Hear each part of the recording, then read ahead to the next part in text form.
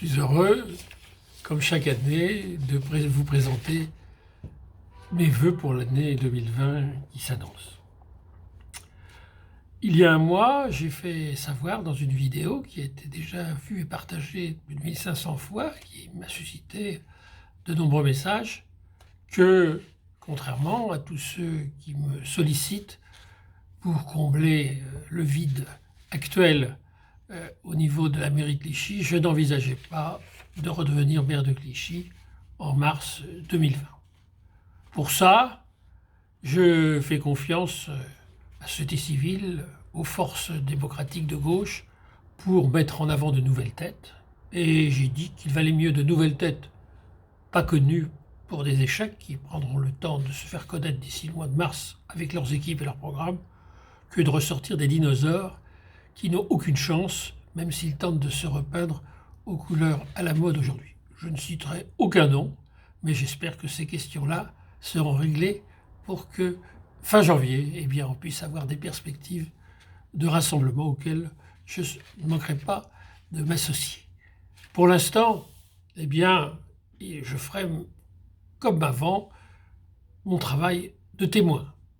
Témoin du travail réalisé pendant ces 6 mandats par mes équipes qui ont transformé, reconstruit Clichy et développé des activités, des services qui ont permis de faire de Clichy une ville humaine et solidaire. Mais être témoin, c'est aussi être à l'écoute. Et il ne se passe pas de jour sans que des Clichychois, et particulièrement ceux qui ne s'expriment jamais sur les réseaux sociaux, viennent de dire qu'ils n'ont plus de saints à qui se vouer, qu'ils n'ont plus personne pour les écouter, et qu'ils sont en forte attente d'un maire de terrain, d'élus disponibles. Et j'espère que tout cela sera possible. J'en suis persuadé, c'est une attente très forte aujourd'hui à Clichy.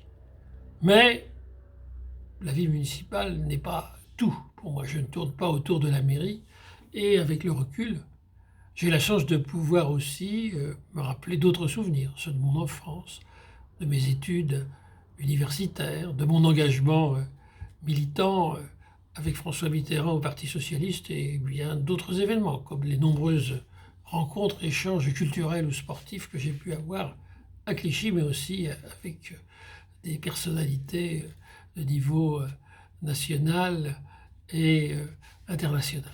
Effectivement, la vie politique actuelle est décevante et je ne commenterai pas la déclaration du président de la République qui n'apporte rien de nouveau.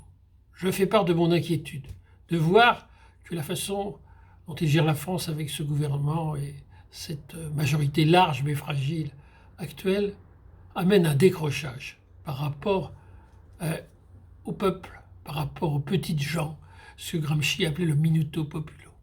Et je crains que cette situation fasse qu'il ne soit plus en mesure de faire barrage à une poussée et peut-être à une victoire qui est à craindre de l'extrême droite en France, dans la vague de ce qui se produit actuellement avec Trump aux États-Unis, avec Johnson en Grande-Bretagne, au Brésil et dans certains pays d'Europe centrale.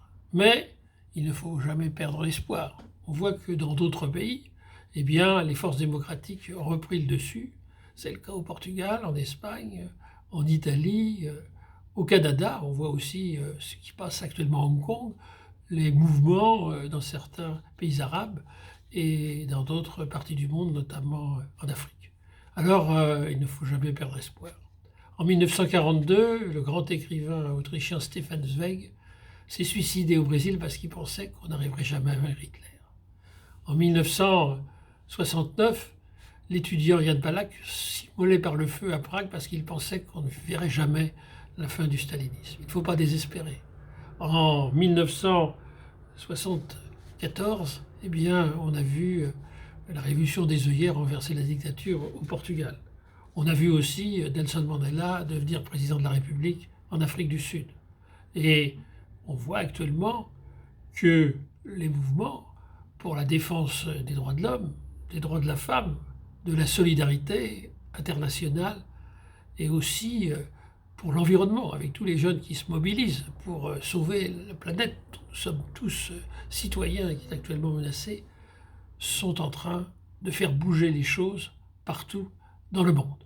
Il faut donc garder l'espoir, agir et faire en sorte que l'année 2020 soit pour nous tous collectivement, au niveau international, national et local, mais aussi pour chacune et chacun d'entre vous, une année qui permette des progrès dans sa vie professionnelle, dans la réussite des projets, dans les engagements associatifs, sportifs, culturels ou économiques, et aussi que chacun et chacune d'entre vous vive dans le bonheur avec ses proches. Donc je souhaite à tous, et en commençant par ceux qui travaillent cette nuit, comme je le faisais dans les voirs quand j'étais maire, c'est-à-dire ceux qui sont dans les forces de sécurité, dans les hôpitaux, dans les associations caritatives qui organisent des réveillons, mais aussi chez tous ceux et toutes celles qui vont fêter entre amis et en famille ce réveillon.